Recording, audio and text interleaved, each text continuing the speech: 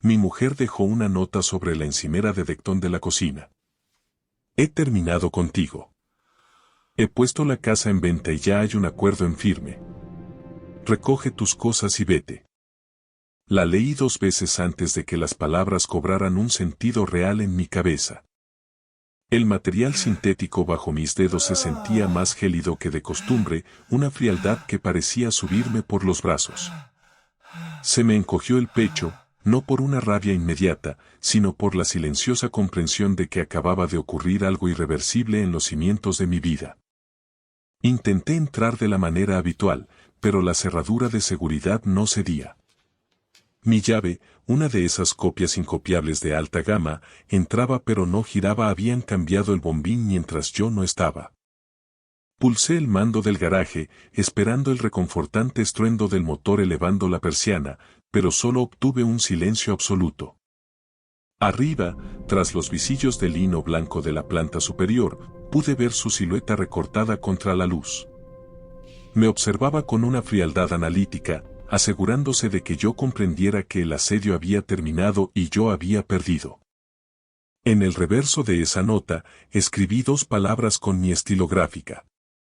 3 horas después, mi teléfono empezó a vibrar de forma compulsiva. Acababa de volver de mi revisión trimestral con el cardiólogo en el Hospital Clínico San Carlos cuando encontré el mensaje. El viento de finales de octubre, ese aire seco y afilado que baja de la Sierra de Guadarrama, cortaba como un cuchillo mientras subía por el camino de entrada de nuestra urbanización en Pozuelo. Las hojas secas de los plátanos de sombra crujían bajo mis pies con un sonido que recordaba al de los huesos viejos quebrándose. Recuerdo haber pensado, apenas unos minutos antes, lo pacífica que parecía la casa desde el exterior. Las luces cálidas brillando tras los grandes ventanales, el rastro de humo de la chimenea de leña. El tipo de hogar que los vecinos señalan con envidia cuando pasean al perro. Intenté de nuevo abrir la puerta principal, con un dedo que mantenía un leve temblor residual, un recordatorio del pequeño ictus que sufrí hace 6 meses. Nada. Me quedé allí un momento, mirando la madera maciza como si me hubiera traicionado personalmente. Fue entonces cuando vi la nota a través del cristal lateral del recibidor.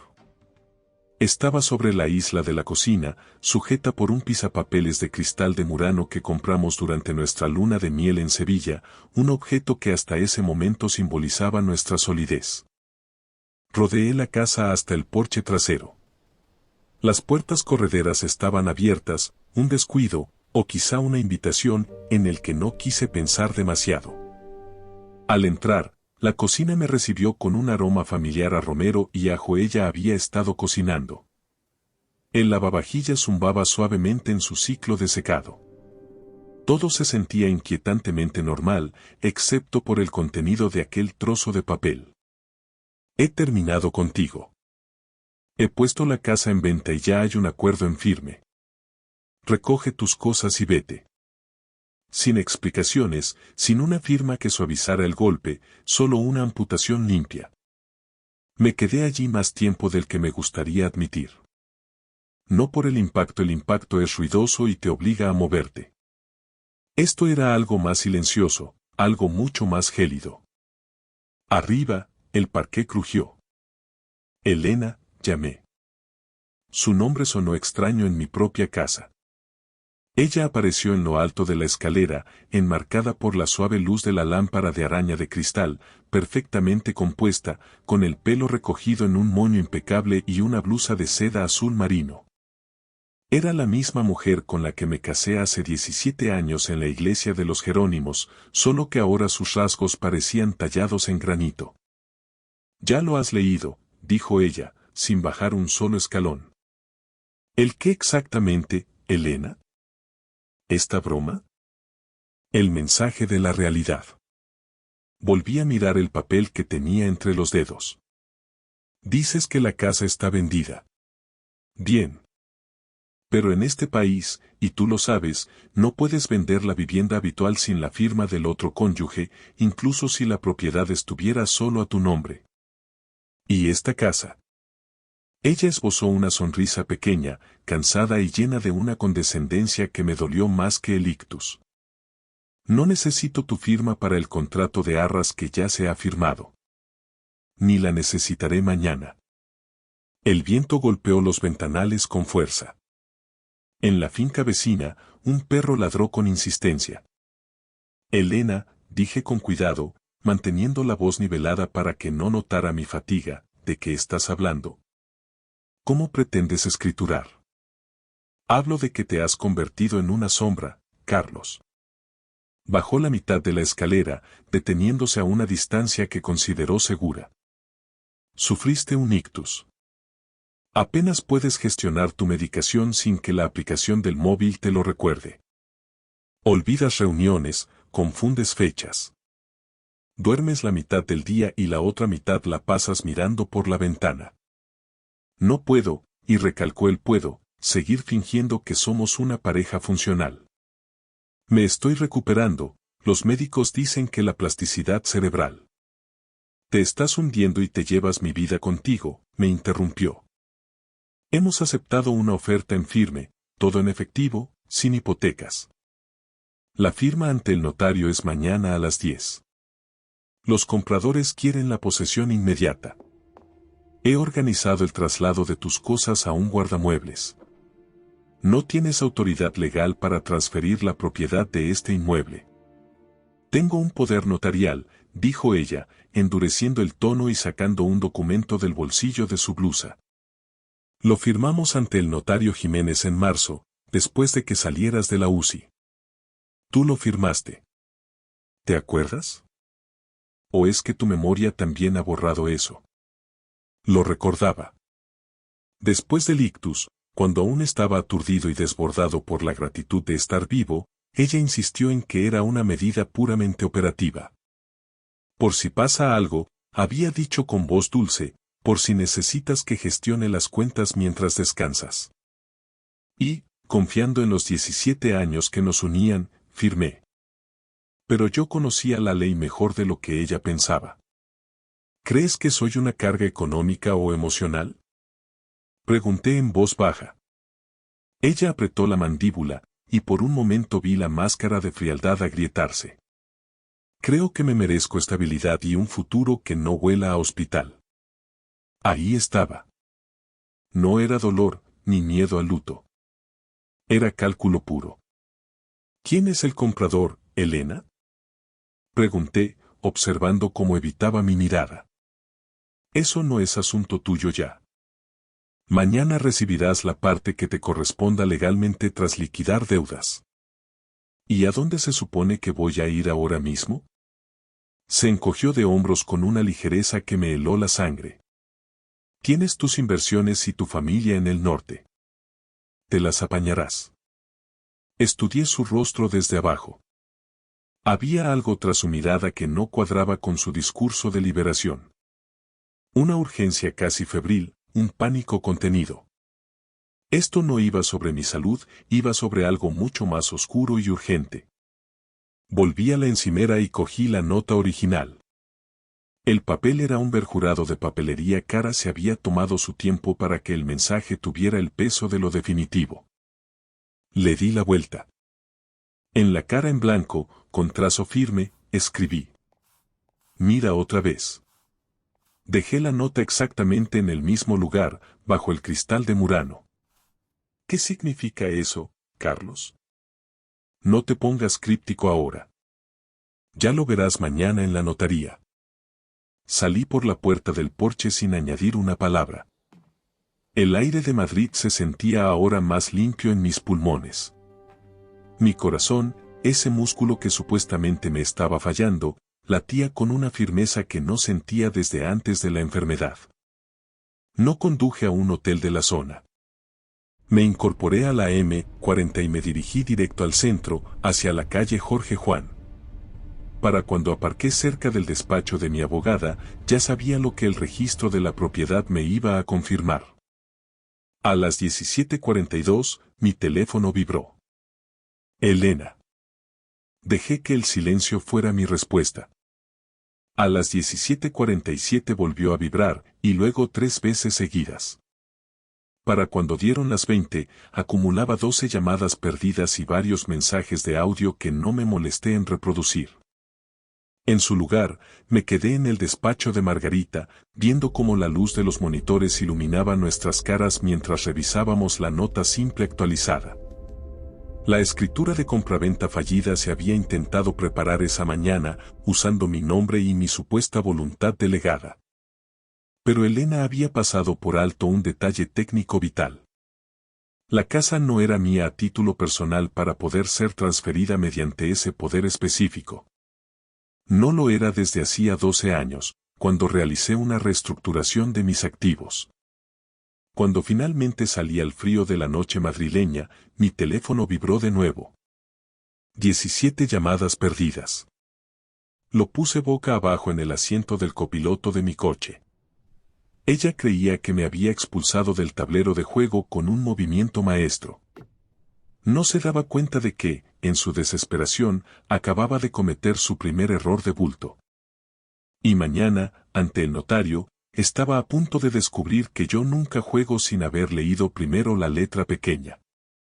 Para las 6:30 de la mañana siguiente, mi teléfono ya mostraba 23 llamadas perdidas de Elena.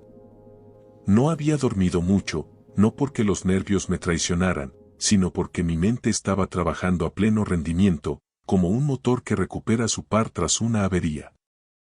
He pasado 35 años en la planificación patrimonial y la estructuración de activos para grandes fortunas en España. Cuando algo no tiene sentido, no entro en pánico. Sigo el rastro del dinero, porque el dinero siempre tiene una historia que contar. Elena no intentó vender la casa simplemente porque pensara que yo era un estorbo o que mi salud estaba decayendo. Lo hizo porque estaba desesperada. Y la desesperación es la madre de los errores judiciales. A las 7:12 de la mañana. Ya estaba sentado frente a Margarita Gil en su despacho de la calle Jorge Juan. Margarita ha sido mi abogada de confianza durante 14 años. Es una mujer aguda, metódica, de unos 40 y pocos años, el tipo de persona que no necesita levantar la voz porque su sola presencia y la precisión de sus argumentos imponen un silencio inmediato en cualquier sala. Deslizó un informe actualizado del registro de la propiedad sobre su escritorio de nogal. Presentó una solicitud de inscripción de escritura ayer a las 9:03 de la mañana. Dijo Margarita, quitándose las gafas con un gesto pausado. Utilizó el poder notarial preventivo que firmaste en marzo. Pero cometió un error de principiante. Asumió que la propiedad te pertenecía a título personal. No es así, dije, observando el sello del registro. No, desde luego que no. Hace 12 años, mucho antes de que Elena empezara a obsesionarse con redecorar el chalet de Pozuelo en tonos minimalistas y neutros, realicé una reestructuración profunda de mis activos para protegerlos de posibles vaivenes del mercado. Transferí la propiedad de la casa a una sociedad patrimonial, la cual a su vez es propiedad de un holding familiar con sede en Madrid. Era una estructura estanca, irrevocable y perfectamente legal. Yo soy el administrador único y beneficiario mayoritario. A Elena nunca le interesó la mecánica de nuestras finanzas, ella disfrutaba de los dividendos, no del papeleo. Ella no puede transferir lo que tú no posees de forma directa, continuó Margarita. La dueña es la sociedad, no Carlos Valdés persona física. El poder notarial que ella tiene le da autoridad para actuar en tu nombre como individuo, pero no para representar a la sociedad ni para enajenar sus bienes inmuebles sin un acuerdo específico de la Junta. ¿Lo ha detectado ya el oficial de la notaría? Margarita esbozó una fina sonrisa, casi imperceptible. Lo harán en cuanto intenten protocolizar la venta. Pero ella ha ocultado la nota simple actualizada al posible comprador. Me recliné en la silla de cuero y exhalé lentamente. El dolor en el pecho del día anterior había desaparecido, reemplazado por una lucidez fría. La firma está programada para las 10, dijo ella consultando su agenda. En una notaría del Paseo de la Castellana. Los compradores son una pareja joven, él es un cirujano estético con mucho éxito. Han hecho un ingreso de arras astronómico la semana pasada. Eso explicaba la urgencia de Elena. Si el trato se caía, tendría que devolver el doble de la señal recibida según el Código Civil español. ¿Quién la asesora a ella? Pregunté. Carlos, esto es lo que más te va a doler. Es una agencia de inversiones de dudosa reputación dirigida por un tal Javier Lanza. Me quedé mirando el nombre en la pantalla. Ya lo había visto antes, aunque en un contexto muy distinto. 3 meses atrás, entré en el garaje tarde por la noche y encontré a Elena riendo mientras hablaba por teléfono en voz baja. Cuando me vio, palideció y dijo que era solo un amigo promotor con el que estaba consultando unas reformas. Javier Lanza. 40 y tantos, un oportunista inmobiliario de modales suaves, conocido en el sector por estar sobreendeudado y bordear siempre la ilegalidad. Saca su historial en el registro mercantil, dije. Margarita no dudó. Giró su monitor hacia mí y empezó a teclear. En cuestión de minutos apareció una telaraña de sociedades limitadas. La mitad estaban en proceso de disolución o con las cuentas sin presentar. Varias demandas por impago. 2 embargos preventivos sobre sus activos personales. Tiene problemas de liquidez masivos, murmuró Margarita. Y ha encontrado en Elena la forma de financiarse. O peor aún, ella le debe algo. Mi teléfono vibró de nuevo sobre la mesa. Elena. Lo silencié sin mirarlo. Margarita, dije en voz baja, comprueba nuestras líneas de crédito conjuntas y mis cuentas personales. Ella hizo una pausa y accedió a la banca electrónica mediante los certificados digitales que custodiamos en el despacho. Su expresión cambió de la profesionalidad fría a una preocupación genuina. Carlos, la situación es más grave de lo que pensábamos. La línea de crédito sobre el valor de la vivienda que abristeis hace 2 años para las reformas está al máximo. Ha dispuesto de todo. ¿Y mis fondos de inversión? Hay una solicitud de transferencia pendiente de 500.000 euros hacia una cuenta en la Suiza. El banco la bloqueó ayer tarde para verificar la firma, alegando que el poder notarial era insuficiente para una cantidad de ese calibre sin una segunda validación. Te llamaron mientras estabas en el hospital. Ella asumió que el ictus me había dejado fuera de juego de forma permanente. Margarita entrelazó sus manos sobre la mesa. Te subestimó de la manera más peligrosa posible. La subestimación es el error más caro que se puede cometer en los negocios. Y en el matrimonio. Me levanté y caminé hacia el ventanal. Madrid empezaba a rugir bajo el sol de la mañana, que se reflejaba en las torres de la Castellana como si fueran cuchillas de cristal. Ella cree que la venta del chalet cubrirá sus deudas y le dará un colchón para escapar, dije. Dinero rápido, posesión inmediata del comprador y una salida limpia hacia el aeropuerto de Barajas, añadió Margarita. De hecho, hay una dirección de reenvío solicitada en correos. ¿A dónde? Miami. Un clásico. Sol, anonimato y un nuevo comienzo. Lejos de la enfermedad y de los inviernos de Madrid. Cree que se marcha hoy mismo. Cree que se marcha, corregí. A las 8:41 de la mañana. Mi teléfono vibró otra vez. 31 llamadas perdidas. Finalmente, por curiosidad táctica, escuché un mensaje de voz. Carlos. La voz de Elena temblaba, no de pena ni de arrepentimiento, sino de una tensión eléctrica, casi violenta. ¿Por qué me acaba de llamar el oficial del notario preguntando por la titularidad real de la sociedad? ¿Qué has hecho, maldita sea? Contéstame. Borré el mensaje con un toque seco. Margarita, dije dándome la vuelta, si ella intenta seguir adelante con la firma a pesar de saber que la estructura societaria le impide vender, ¿en qué posición queda? Se expone a un delito de estafa agravada. Específicamente fraude documental y uso indebido de poder notarial para beneficio propio en perjuicio de terceros. También administración desleal. Es un caso penal claro si decidimos denunciar. Asentí una vez, con la firmeza de quien dicta una sentencia. Notifica formalmente a la notaría ahora mismo. Envía las copias certificadas de los estatutos de la sociedad patrimonial donde se especifica que solo yo tengo poderes de enajenación. Presenta una anotación preventiva de embargo en el registro por las cantidades dispuestas de las cuentas comunes. Y redacta la petición de medidas cautelares. No quiero que salga de ese edificio con un solo euro. Los ojos de Margarita se afilaron. Ella conocía mi lado implacable, pero esto era distinto. No te vas a detener en bloquear la venta, ¿verdad? No. Esto es solo el principio del proceso de saneamiento. Metí la mano en el bolsillo interior de mi chaqueta y saqué un sobre azul. Dentro había un documento que Margarita no esperaba. Había contratado a un auditor forense y a un investigador privado hacía 3 semanas, en el más absoluto silencio. Algo en los gastos de mantenimiento de la casa no cuadraba. Había descubierto que Javier Lanza, el socio de Elena, había pedido un préstamo puente privado de €500,000 6 meses atrás. Era un préstamo con intereses de usura y garantía personal.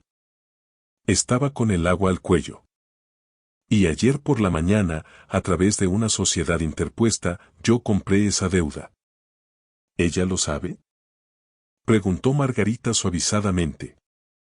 No tiene ni idea. ¿Y Lanza? Lo descubrirá en la reunión de las 10. Margarita se reclinó lentamente, asimilando la magnitud del movimiento.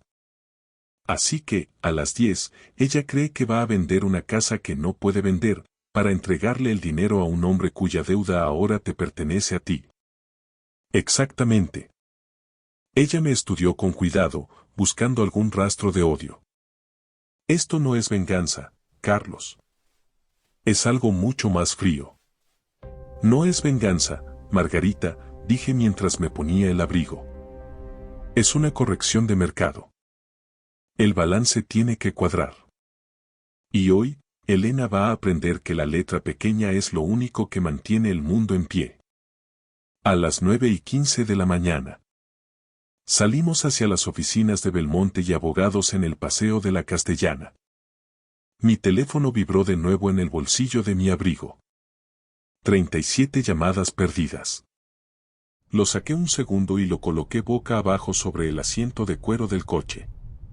Quería que ella sintiera el peso del silencio, ese vacío que precede a las grandes tormentas. Para cuando entramos en el imponente vestíbulo de mármol y cristal a las 9:58 de la mañana, no sentía ni rastro de ira ni de dolor, estaba lúcido, con la mente tan afilada como un bisturí. Elena había escrito su nota con trazos gruesos y definitivos, pero no se había molestado en leer la letra pequeña de nuestra vida legal. Y a las 10 en punto, estaba a punto de recibir una lección magistral. A las 9:59 de la mañana, las puertas de acero cepillado del ascensor se abrieron en la planta 42. El despacho destilaba ese tipo de intimidación que solo se consigue mediante la arquitectura de poder. Ventanales de suelo a techo con vistas a las torres Kío, paneles de nogal pulido y un mostrador de recepción tallado en un solo bloque de mármol de Macael. Es el tipo de lugar donde la gente firma documentos que cambian el curso de sus vidas e intenta, desesperadamente, no parecer nerviosa mientras el aroma a café caro y papel timbrado inunda sus pulmones. Margarita caminaba a mi lado, sus tacones golpeando el suelo técnico con una precisión rítmica y silenciosa. 2 hombres nos seguían a una distancia medida, vestidos con trajes oscuros de corte clásico y expresiones de neutralidad absoluta. Eran los inspectores García y Martínez, de la sección de delitos económicos. Parecían consultores externos o auditores senior, pero sus miradas escrutaban cada rincón con una intensidad distinta. A través de las paredes de cristal blindado de la sala de juntas B, divisé a Elena. Estaba sentada muy erguida al final de una mesa de reuniones kilométrica, envuelta en esa blusa de seda azul marino que tanto le favorecía. Su postura era militarmente perfecta. A su derecha se encontraba Javier Lanza, impecable con un traje gris marengo hecho a medida, reclinado con una calma artificial que no lograba ocultar el brillo de ansiedad en sus ojos. Frente a ellos, la pareja joven. El cirujano, de espaldas rectas y mirada analítica, y su esposa, que sostenía una carpeta de piel con ambas manos como si contuviera el santo grial. Entre ambos, sobre el tapete de cuero de la mesa, descansaba un cheque bancario nominativo por valor de 1.200.000 euros. El precio de mi supuesta desaparición. El aire en esa habitación estaba cargado de una electricidad estática, una expectación casi insoportable. Margarita se detuvo un segundo antes de tocar el pomo. ¿Listo, Carlos? He estado listo toda mi vida, Margarita. Solo que ahora tengo los papeles para demostrarlo. A las 10:03 de la mañana. Exactamente, abrí la puerta sin llamar. El murmullo de la sala se extinguió de golpe. El rostro de Elena se quedó sin color tan rápido que el efecto fue casi clínico, como si le hubieran extraído la sangre con una jeringuilla. Por medio segundo, sus pupilas se dilataron como si estuviera viendo a un fantasma emerger de la niebla. Carlos. Articuló, levantándose a medias de su silla. La joven pareja se giró al unísono, la confusión dibujada en sus rostros. La mandíbula de Javier Lanza se tensó visiblemente, pero se recuperó con la rapidez del depredador veterano, ajustándose el nudo de la corbata con dedos nerviosos. Vaya, dijo con una ligereza forzada que sonó a cristal roto, mira quién ha decidido honrarnos con su presencia. El paciente del año. Pasé de largo sin reconocer su existencia, como si fuera parte del mobiliario, y ocupé la silla vacía en la cabecera de la mesa, la posición de autoridad. Buenos días a todos, dije con una calma que me sorprendió incluso a mí. Soy Carlos Ruiz, el legítimo representante de los intereses que hoy se debaten aquí. El médico asintió con una cautela profesional. Nos habían informado de que usted no se encontraba en condiciones de asistir a la firma, señor Ruiz. Como pueden comprobar, soy muy capaz de cumplir con mis obligaciones, respondí, fijando mi vista en Elena. El oficial de la notaría, un hombre delgado y pulcro llamado S.R. Jiménez, se aclaró la garganta y ajustó sus gafas. Señor Ruiz, estábamos justo preparándonos para el protocolo de las firmas y la validación de los medios de pago. Lo sé. Y es por eso que estoy aquí. Para evitar que cometan un error que les perseguiría años. La voz de Elena recuperó su filo, volviéndose aguda y cortante. Carlos, ¿qué circo es este? No tenías ninguna necesidad de venir. Yo soy la titular y tengo plenas facultades. Un temblor casi imperceptible recorrió la mesa. Los dedos de Elena se cerraron alrededor de su pluma Mont Blanc con tal fuerza que los nudillos se le pusieron blancos. No eres la titular, Elena. Al menos, no de lo que crees. Tengo un poder notarial de representación total firmado por ti, replicó ella, golpeando el documento sobre la mesa. Margarita dio un paso adelante y colocó una carpeta gruesa, sellada por el registro mercantil, con un golpe seco y deliberado sobre el nogal. Un poder notarial de representación física, dijo Margarita con voz de acero, no otorga autoridad alguna sobre activos que están vinculados a una sociedad patrimonial con administración única. El oficial de la notaría, Jiménez, parpadeó confundido. Disculpe. La nota simple que se nos facilitó. Margarita abrió la carpeta y deslizó una copia certificada de los estatutos actualizados de Sociedad Patrimonial Valdés.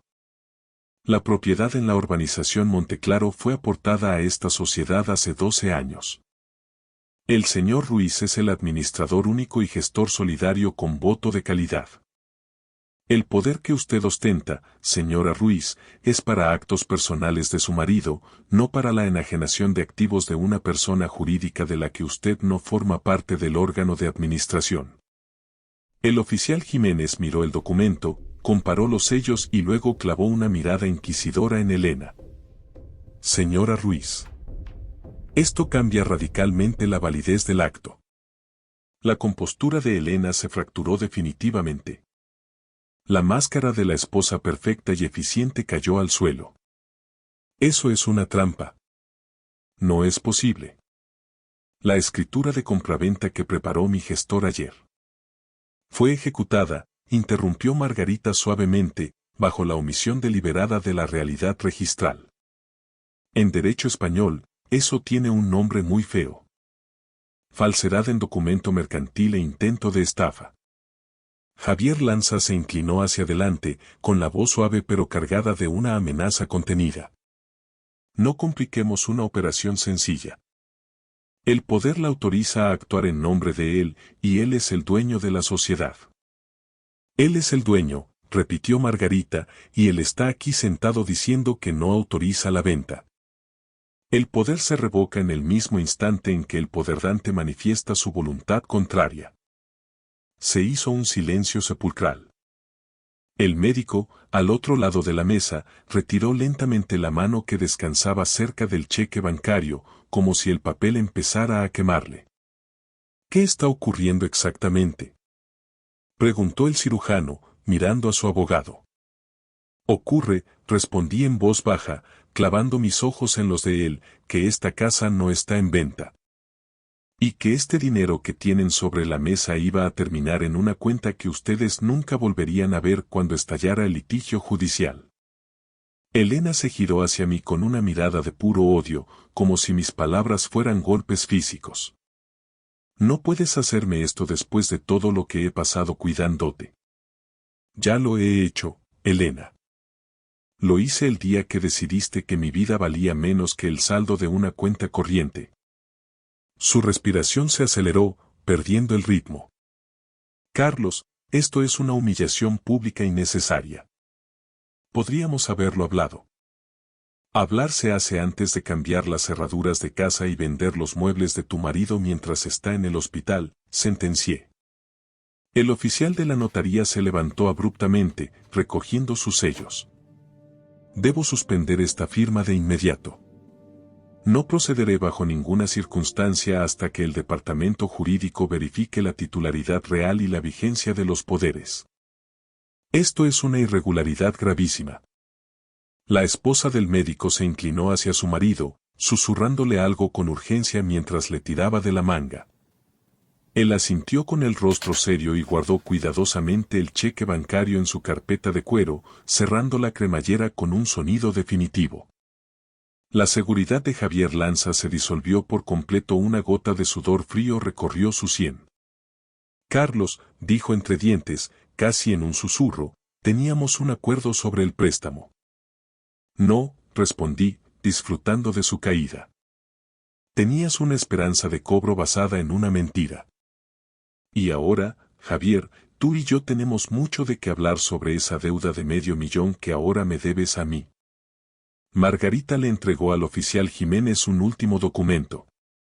Anotación preventiva de querella y nota de disputa presentada en el registro de la propiedad a las 8:17 de la mañana de hoy. Cualquier intento de transferencia queda bloqueado por orden judicial preventiva. Jiménez escaneó la página y su expresión pasó de la confusión profesional a una alarma genuina. La voz de Elena cayó en un tono quebrado, algo que quería parecerse a una súplica pero que conservaba el veneno. Carlos, por favor. Piensa en nosotros. Podemos discutir esto en la intimidad, sin abogados. Lo estamos discutiendo en el único lenguaje que pareces entender ahora mismo.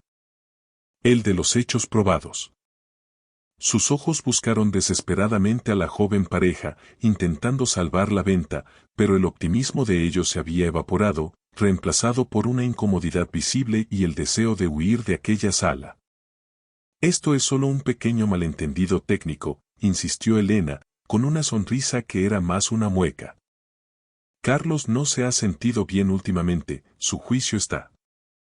Tenga mucho cuidado con lo que va a decir a continuación, señora Ruiz, advirtió Margarita con una frialdad glacial. Hay 2 inspectores de policía en la puerta esperando para tomar declaración sobre el uso indebido de los fondos de las cuentas compartidas. Elena se detuvo en seco. El peso de esas palabras se asentó pesadamente en el aire, aplastando cualquier posibilidad de réplica.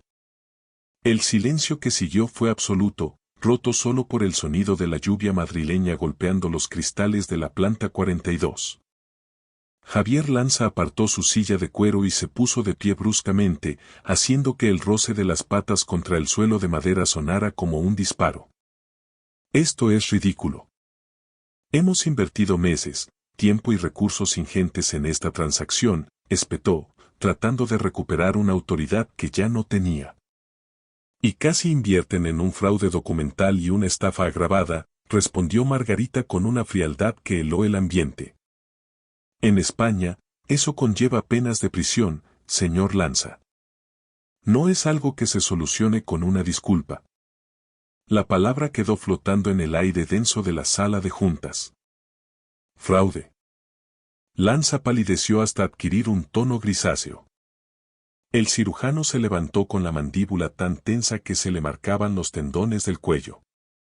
Nos marchamos, dijo el médico, mirando a su esposa. Ahora mismo. Lo lamento profundamente, dije con sinceridad, sosteniéndole la mirada. Ustedes son víctimas colaterales. Merecían un proceso limpio, no esta emboscada legal. Salieron de la sala sin decir una palabra más, dejando tras de sí un rastro de indignación. La puerta se cerró con un clic definitivo. Por un momento, solo el zumbido casi imperceptible del aire acondicionado llenó el vacío. Elena se giró hacia mí, sus ojos ya no mostraban frialdad, sino una rabia incandescente, la rabia de quien se descubre atrapado. ¿Qué has hecho?, susurró con una voz que vibraba de odio. Te lo advertí en la nota, Elena. Te dije que miraras otra vez. No quisiste hacerlo. Su compostura, mantenida con tanto esfuerzo durante años, se colapsó como un edificio de naipes. ¿Tú has orquestado todo este teatro? ¿Nos has tendido una trampa?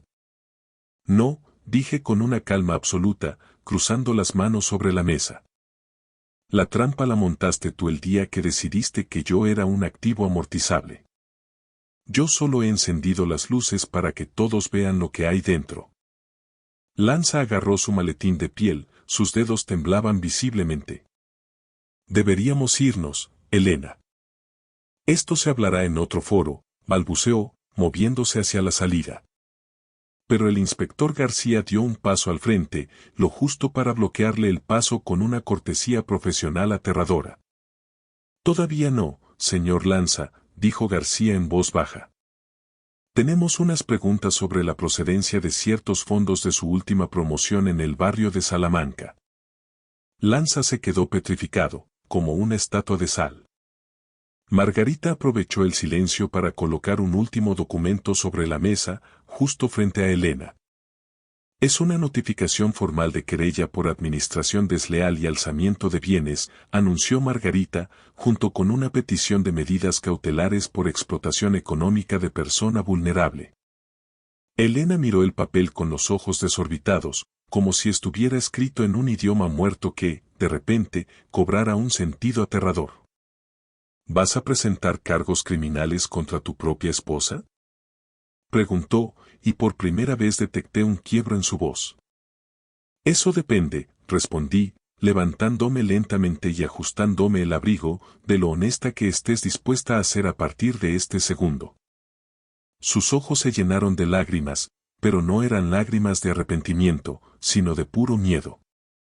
Por primera vez en meses, se dio cuenta de algo crucial. Esto no se trataba de la casa, y yo no era el anciano convaleciente al que podía manejar. Mientras salíamos de la sala de conferencias de la Castellana, mi teléfono vibró de nuevo. 37 llamadas perdidas. No lo miré. Ya no hacía falta. La nota en la encimera había sido un golpe directo, pero la letra pequeña siempre me perteneció a mí. Al mediodía, el rumor ya se había extendido por los círculos financieros de Madrid. Las notarías de alto nivel son como teatros silenciosos. La gente finge discreción, pero todos vigilan las salidas de emergencia. Ver a Javier Lanza salir del edificio flanqueado por 2 agentes de paisano no fue algo sutil. Elena, caminando 10 pasos detrás de él, con el rostro pálido y unas gafas de sol de Chanel intentando ocultar el naufragio de su dignidad, lo fue aún menos. No lo seguí. Volví al despacho de Margarita en Jorge One. La ciudad no se detiene ante las tragedias privadas, los taxis seguían pasando y la gente seguía ajena a la demolición de un matrimonio de 17 años. Margarita cerró la puerta de su oficina tras nosotros. Llamará de nuevo, vaticinó ella. Es su única salida. Intentará presentarlo como una confusión de buena fe, un error administrativo debido al estrés de mi enfermedad, dije. Sabemos que no es así. Los números no mienten. Margarita se apoyó en su escritorio, observando el mapa de activos que habíamos trazado. Carlos, tenemos que decidir el siguiente paso. ¿Convertimos esto en una negociación de divorcio leonina o dejamos que la investigación penal siga su curso? Me quité la chaqueta despacio y me senté frente a ella. Primero quiero claridad total. Quiero saber hasta dónde llegó la podredumbre. Entonces terminemos de mapear el daño, asintió ella, abriendo una nueva carpeta compartida. 1 hora después, el panorama era desolador y nítido. Hace 6 meses, Javier Lanza lanzó un proyecto de remodelación de lujo en la calle Ortega y Gasset.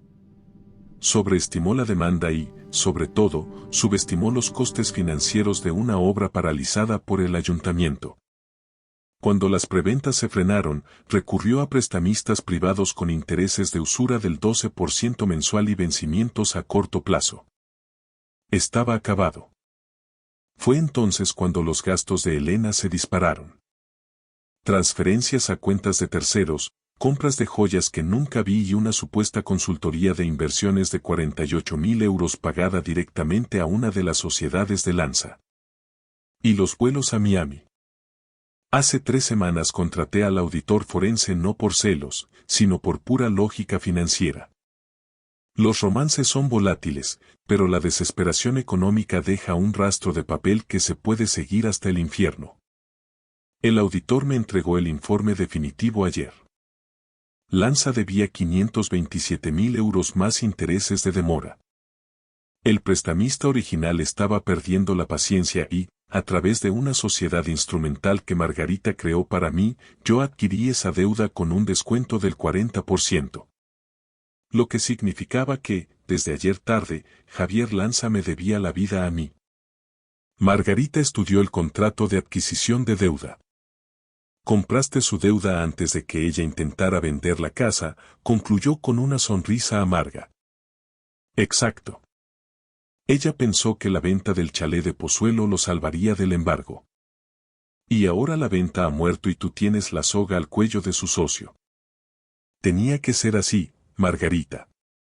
En este juego, si no controlas la deuda, no controlas el desenlace. Mi teléfono vibró sobre la mesa. Elena. Dejé que el sonido llenara la habitación hasta que se cortó. Margarita se cruzó de brazos. ¿Vas a hablar con ella? Todavía no. Está a punto de presentarse aquí. Conoce el camino. Y lo hizo. A las 13:37, la recepcionista llamó con voz tensa. La señora Ruiz está en la entrada. Está muy insistente, dice que no se moverá hasta verle. Que pase, ordené. Elena entró como alguien que hubiera atravesado una tormenta de arena. Su blusa de seda estaba arrugada y el carmín, ligeramente corrido en las comisuras. Cerró la puerta del despacho con una violencia innecesaria. ¿Qué pretendes con todo esto?, exigió, ignorando a Margarita. ¿Disfrutas viéndome caer? Margarita permaneció sentada, imperturbable. Le sugiero que baje el tono, señora Ruiz. Este es un despacho profesional, no una escena de salón. Elena la ignoró y se plantó frente a mí. Me has humillado delante de todo el mundo. Delante de los compradores, delante de Javier. Te has humillado tú sola, Elena, desde el momento en que decidiste que yo era un estorbo al que podía saquear mientras dormía bajo los efectos de la medicación. Sus manos temblaban de furia contenida. Fue un malentendido, insistió, repitiendo el mismo mantra. Lo de la sociedad patrimonial. Yo no sabía que habías blindado la casa de esa manera. No preguntaste porque estabas demasiado ocupada planeando tu huida. Has estado distante durante meses. Estalló ella. Dejaste de contar conmigo, de compartir las decisiones. Actuabas como si yo ya no fuera capaz de gestionar nada. Esto nunca se trató de tu capacidad, Elena. Se trataba de tu lealtad. Deslicé una carpeta fina por el escritorio hacia ella. La abrió y, por segunda vez ese día, el color huyó de su rostro. ¿Qué es esto? Tu realidad, dije en voz baja. Dentro estaban las copias del contrato de préstamo de Lanza, la escritura de cesión de la deuda a mi favor y una notificación de requerimiento de pago inmediato bajo amenaza de ejecución hipotecaria de sus propios activos. Tú compraste su deuda, susurró, dejando caer los papeles. Sí. Soy tu nuevo acreedor, Elena. O mejor dicho, soy el dueño de la soga que aprieta el cuello de tu socio. Ella miró a Margarita, buscando una grieta legal. Esto es coacción. Es ilegal. No, dijo Margarita con serenidad. Es una adquisición lícita de activos financieros en el mercado secundario. Nada personal, solo negocios. Elena volvió a mirarme y vi cómo algo se rompía definitivamente tras sus ojos. Me estabas espiando desde que salí del hospital. Estaba verificando la integridad de mi patrimonio. ¿No confías en mí? Correcto. No confío en quien intenta venderme mientras sigo respirando. La palabra cayó con el peso de una losa. Ella tragó saliva, tratando de recuperar el aliento. ¿Crees que he hecho esto por el dinero? Dijo con la voz rota. ¿Crees que arriesgaría 17 años por un puñado de euros? No, respondí. Arriesgaste todo porque tenías miedo de perder el nivel de vida al que te habías acostumbrado y pensaste que yo ya no era capaz de garantizártelo. Hay más, continué, haciendo una señal a Margarita. Ella presionó un botón en el sistema de audio del despacho. Una grabación nítida empezó a sonar. Era la voz de Elena. Y la de Lanza. No le queda mucho, decía Lanza con una ligereza que me revolvió el estómago. No se está muriendo todavía, respondía Elena con una risa nerviosa. Pero el médico habló de daño vascular irreversible. Una vez que la casa se venda, estaremos lejos de aquí. Solo necesito que firmes ese poder. La grabación se detuvo. El silencio que siguió fue más pesado que el plomo. Elena miró el altavoz como si fuera una serpiente. ¿Me grabaste en mi propio coche? No, dije con calma. Simplemente olvidaste que el sistema de manos libres del coche sigue vinculado a mi cuenta de iCloud. Me llegaban las notificaciones de voz automáticamente. Se presionó las sienes con las palmas de las manos. Has retorcido nuestras palabras. Estaba asustada, no sabía qué hacer. No, Elena. Te he escuchado tal como eres cuando crees que nadie te oye. Finalmente, las lágrimas brotaron, pero eran lágrimas de derrota.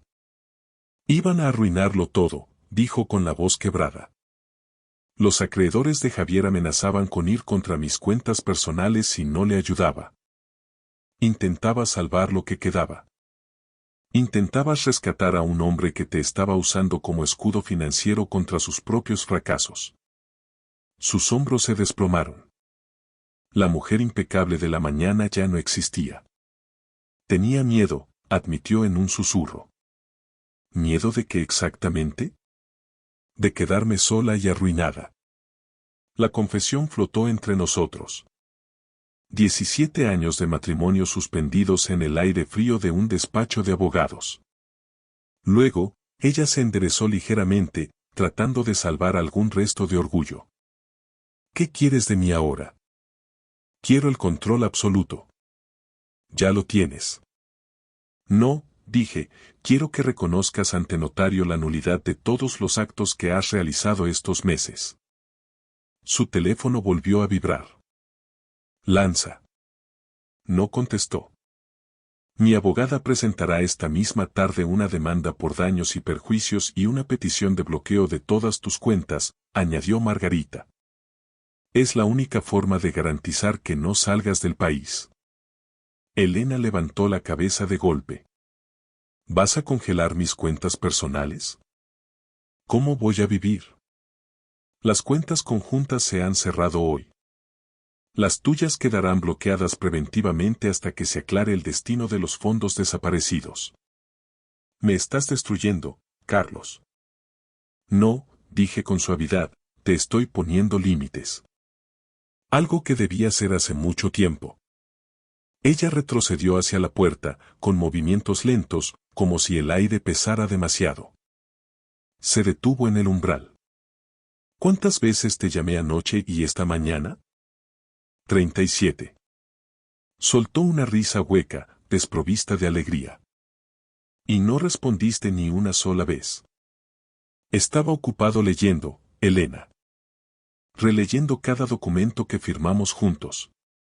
Miró la nota que todavía apretaba en su mano, la que yo le había devuelto con mi mensaje en el reverso. Mira otra vez. Ahora entendía el alcance total de la jugada. La casa blindada, la deuda comprada, las grabaciones.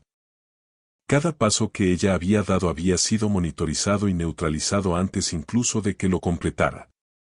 Lo tenías todo planeado, susurró. No, respondí, simplemente me preparé para lo peor mientras tú esperabas lo inevitable. Su teléfono vibró por última vez. Se giró y salió del despacho sin mirar atrás. En la puerta, susurró algo que apenas pude oír. No eres el hombre que yo creía conocer. No, dije para mis adentros, soy exactamente el hombre del que te enamoraste por mi seguridad. Solo que ahora, esa seguridad ya no te incluye a ti. La puerta se cerró. Margarita me miró con una mezcla de respeto y preocupación profesional. Esto va a escalar muy rápido a partir de ahora, Carlos. Vendrán los abogados de Lanza y las réplicas de ella. Lo sé. Mi teléfono permaneció boca abajo sobre la mesa. No volvió a vibrar. Al menos, no ese día. El silencio, por fin, era mío. Pasaron 3 semanas desde aquel estallido en la oficina de la Castellana. El aire en Madrid se había vuelto definitivamente invernal, de ese frío seco y cortante que baja de la sierra y te obliga a subirte el cuello del abrigo de lana mientras caminas rápido por las aceras. Me había instalado en un piso de diseño moderno cerca del Parque del Retiro, en la zona de Jerónimos. Es un lugar con techos altos, mucha luz natural y, sobre todo, sin recuerdos impregnados en las paredes. Un lienzo en blanco donde el silencio no resulta amenazante, sino necesario. Javier Lanza desapareció del mapa social y financiero de la capital. Tras nuestra reunión, en la que quedó claro que yo poseía su deuda y las pruebas de su mala praxis, sus acreedores se lanzaron sobre sus activos restantes como lobos sobre una presa herida. Mi abogada, Margarita, me informó de que había solicitado el concurso de acreedores para su sociedad principal y que se enfrentaba a 3 investigaciones paralelas por administración desleal y alzamiento de bienes. Su reputación en el sector inmobiliario madrileño, un mundo donde todos se conocen, estaba terminada. Nadie vuelve de una escolta policial en un despacho de abogados de primer nivel. Elena, por su parte, se mudó a un apartamento mucho más pequeño en las afueras, cerca de Majadahonda. El proceso de divorcio y la liquidación de nuestra sociedad de gananciales fue sorprendentemente silencioso, casi clínico. Cuando alguien sabe que posees cada prueba, las grabaciones del sistema del coche, los registros de las transferencias irregulares y la titularidad blindada de todo lo que ella consideraba suyo, La lucha pierde su atractivo y se convierte en una simple capitulación. No hubo gritos en los juzgados de familia de la calle Francisco Gervás, solo documentos firmados electrónicamente y abogados intercambiando correos breves y profesionales. Una tarde, mientras revisaba unos informes de mercado en mi nueva terraza, con una manta sobre las piernas y el rumor lejano de la ciudad de fondo, recibí un último mensaje de ella. No era una disculpa, ni una súplica de perdón. Era el último coletazo de quien se niega a aceptar su responsabilidad. ¿Por qué lo hiciste todo tan difícil, Carlos? Podrías haberme dado una oportunidad de explicarme. Podrías haber sido más humano. No respondí de inmediato. Me quedé mirando hacia el horizonte, donde el sol se ponía tras las siluetas de los edificios de la Gran Vía, tiñendo el cielo de un naranja encendido. No lo hice difícil, simplemente lo hice real. Ella había confundido mi silencio durante la recuperación del ictus con debilidad mental. Había confundido mi paciencia con rendición. Había olvidado que la base de cualquier estructura sólida, ya sea un rascacielos de oficinas o un matrimonio de casi 2 décadas, es la integridad de sus materiales. Ella había introducido grietas en los cimientos y pretendía que yo siguiera viviendo en un edificio en ruinas. Le escribí una respuesta corta, sin espacio para la réplica. Limítate a honrar los acuerdos pactados. Sin amenazas, sin sarcasmos, solo lo que dicta la ley y el contrato de liquidación. Que tengas buena vida. Apagué el teléfono y lo puse boca abajo sobre la mesa de teca. El aire en este nuevo hogar se sentía diferente al de aquella cocina de mármol de Pozuelo de hace meses. Era un aire menos ornamental, menos escenográfico, pero infinitamente más auténtico. Mi corazón latía con una regularidad asombrosa. El médico del clínico me había dicho esa mañana que mi recuperación era casi total. A veces, la mejor medicina es extirpar lo que te envenena el espíritu. A veces, en los momentos de calma antes de dormir, cuando el silencio del retiro es absoluto, vuelvo a ver la imagen de aquella tarde fatídica. La luz roja de denegación en el teclado de la puerta, el viento helado en la entrada de la casa, la silueta distante de Elena en lo alto de la escalera, creyéndose segura en su torre de marfil. Ya no siento rabia, ni siquiera esa amargura que te agria el carácter. Siento una extraña gratitud. Porque esa nota dejada en la encimera me obligó a tener una claridad que la rutina me había arrebatado. Me obligó a prepararme, a recuperar mi fuerza y a dejar de asumir que existía una sociedad allí donde ya solo quedaba un rastro de intereses cruzados. He aprendido que puedes querer profundamente a alguien y, aún así, protegerte de esa persona. He aprendido que puedes perdonar en tu fuero interno sin necesidad de volver a entrar en el fuego que te quemó. Puedes marcharte de una vida entera sin dar un solo portazo, con la elegancia de quien sabe que ya no queda nada por decir. Y si alguna vez te han subestimado, si alguien ha asumido que te rendirías en silencio por estar herido, o que desaparecerías sin molestar para no romper la estética de su nueva vida, espero que recuerdes algo sencillo que me salvó a mí.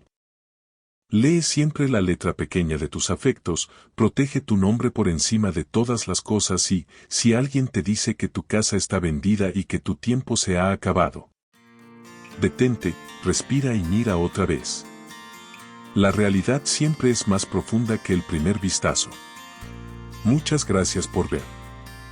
Si les ha gustado la historia, denle a like, escriban un comentario y suscríbanse para no perderse la próxima historia. Valoramos mucho su presencia en este canal. Todo lo mejor.